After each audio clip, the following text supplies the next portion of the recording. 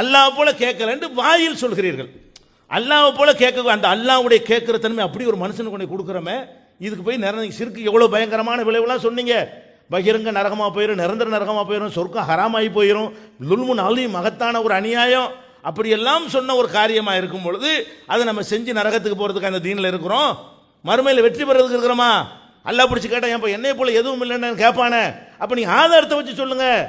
ஆதாரத்தை வச்சு எதுக்கெல்லாம் ஆதாரம் வேணும்? தெளிவாக வேணும். அல்லாஹ்வுடைய கேட்கறதுக்கும் இவங்களுடைய கேட்கறதுக்கும் டிஃபரெண்ட் என்ன?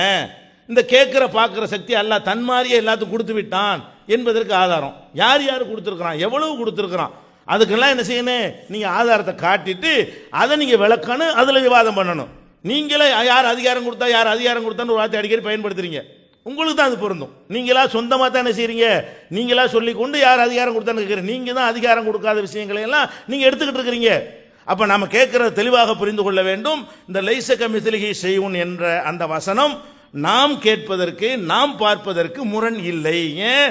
நாம யாருமே அவனை போல கேட்கிறோம் என்று நாங்கள் நினைக்கல, நாங்கள் யாருமே அவனை போல பார்க்கிறோம் என்று நினைக்கவில்லை. நீங்க இறந்தவர்கள் அவனை போல பார்க்கிறார்கள் நினைக்கிறீர்கள், இறந்தவர்கள் அவனை போல கேட்கிறார்கள் நினைக்கிறீர்கள். இந்த அவனை போல கேட்கிற நினைக்கிறதுல தான் சிறுக்கு வருதே தவிர அவனை போல் இல்லாமல் கேட்டால் சிறுக்கு வராது. அவனோட கீழ்நிலையில் இருந்து கேட்டால் அது சிறுக்கு வராது. ஆதாரம் இருந்தால் போதும் அப்படிங்கிறது விளங்கிக் கொள்ளணும். அடுத்து என்ன? சில விஷயங்களை, அது இந்த தலைப்புக்கு தேவையற்ற விஷயங்கள் தான் இருந்தாலும் ரசூல் ஸல்லல்லாஹு அலைஹி வஸல்லத்துக்கு சில ஆற்றல் அல்லாஹ் கொடுத்தான் என்று நீங்க காட்டினீங்க. அதெல்லாம் ஹதீஸுகள் இருக்குது. அற்புதம் மோஜிசாங்கிற முறையில் மறைவான சில விஷயங்களை ரசூல் ஸல்லல்லாஹு அலைஹி வஸல்லம் அறிவித்து கொடுத்துருக்கிறார்கள். அது மாதிரி அந்த அரசை எடுத்துகிட்டு வர்றது, எங்கேயே இருக்கிற ஒரு அரசை ஒரு சின்ன ஒரு நல்லடியாரோ போய் எடுத்துகிட்டு வந்திருக்குது, அந்த அளவுக்கு ஆற்றல்லாம் இருக்குது. அந்த மாதிரி எல்லாம் சிலதை நீங்கள் எடுத்து காட்டுறீங்க. இதெல்லாம் நீங்கள் எடுத்துக்க அல்லாவே சொல்கிற, நீங்கள் என்ன தனியாக எடுத்து காட்டுறது? குரானில் இருக்கிறது யார் மறுப்பா?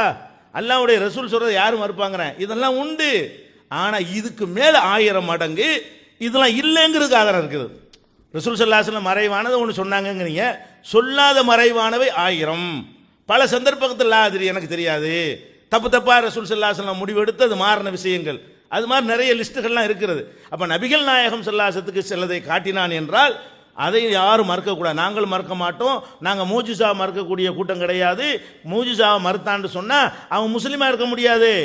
நபிகள் நாயகம் ஸல்லல்லாஹு அலைஹி வஸல்லத்துக்கு எதை அல்லாஹ் கொடுத்ததா சொல்கிறானோ அது மட்டும் கொடுத்தான், அவர்களுக்கு மட்டும் கொடுத்தான் என்று நாங்கள் நம்புகிறோம்.